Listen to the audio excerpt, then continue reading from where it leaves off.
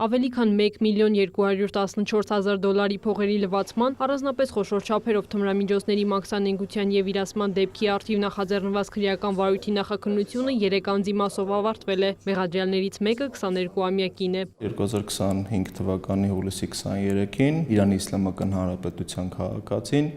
թմրամիջոցների մաքսանենգություն կատարելու դիտավորությամբ բեռնափոխադրումներ իրականացնելու պատրվակով ման մակնիշի բեռնատար ավտոմեքենայով մուտք է գործել Հայաստանի Հանրապետության սահման մեղրի անցակետով, այնուհետև մաքսանենգության դեմ պայքարի վարչության աշխատակիցների կողմից իրականացված մաքսային զննման ընթացքում հայտնաբերվել է շուրջ 837 գրամ քաշով մեթամֆետամին տեսակի թմրամիջոցը, որը թաքցված է եղել ավտոմեքենայի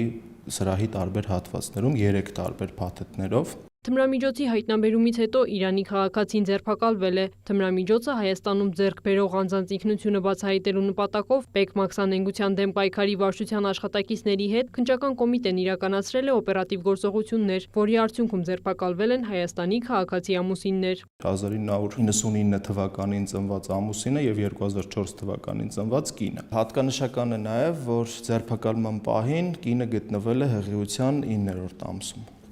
Ձերբակալման ժամանակ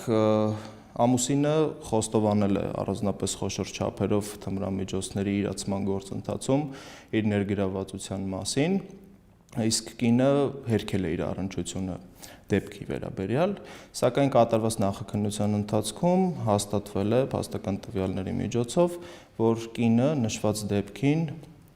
ինչպես նաև ապօրինի թմրաշրջանառության գործընթացի մեջ ունեցել է իր առանցքային դերակատարում։ Վարույթի ընթացքում պարզվել է նաև, որ ամուսինները երկար ժամանակ Telegram հարթակում ստեղծել եւ կառավարել են ալիք, որի միջոցով իրականացրել են թմրամիջոցների վաճառք։ Թմրամիջոցների ապօրինի իրացումն իրականացրել են կրիպտոակտիվների միջոցով, որով ստացված ավելի քան 1.214.000 դոլարին համարժեք 465.340.000 դրամի հանցավործակման կրիպտոարժույթը փոխանակման կետերում փոխանակել են դոլարի եւ դրամի ու տնօրինել։ Բացի այդ, ստացված եկամուտներով ամուսինները Հայաստանի Հանրապետությունում ձեռք են բերել շարժական եւ անշարժ տարբեր գույքեր, որոնք հետագայում նախաքննության ընթացքում հայտնաբերվել են եւ բռնագրավելու նպատակով արգելադրվել են։ Ամուսինները մեղադրվում են առանձնապես խոշոր չափերով թմրամիջոցների մաքսանենգությանն օժանդակելու, թմրամիջոցների իրացման եւ փողերի լվացման համար, իսկ Իրանի քաղաքացին մաքսանենգությամբ իրացման նպատակով առանձնապես խոշոր չափերի թմրամիջոցներ տեղափոխելու համար։ Հատկանշական է նաեւ, որ